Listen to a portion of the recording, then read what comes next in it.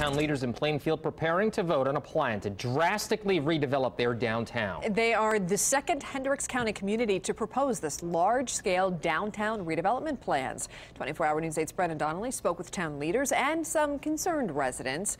So, Brenna, how big is this project? Well, I'm glad we had that map up there because that you can see it's a full square mile of new developments, parks, apartments, shopping, performing arts centers with some mixed reviews. Town officials say they have put the plans before the citizens about a dozen times. Folks in Plainfield tend to put down roots.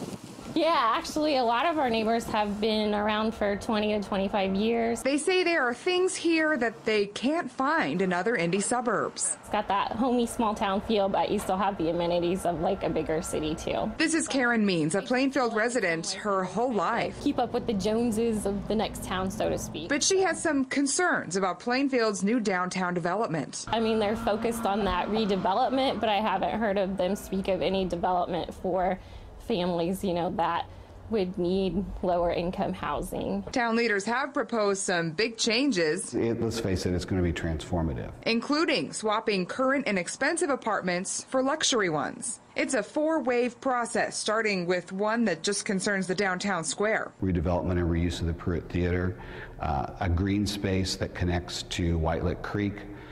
Would like to talk about a performing arts center. What does that look like? And an expansion of Town Hall. The three other phases would require private developers and years to pull off. That's what Perona says might have people worried. We understand that many of them have lived here for a long, long time, and they're invested in that. We recognize that. We want people to realize that we're not going to use eminent domain to throw people out. I mean, that's not the point. The point, Perona says, to start, is revitalizing downtown favorites like the Pruitt Theater, something Means says she can get on board with. I would love to see something, go into that space and make it usable, because to me that's like a part of my history.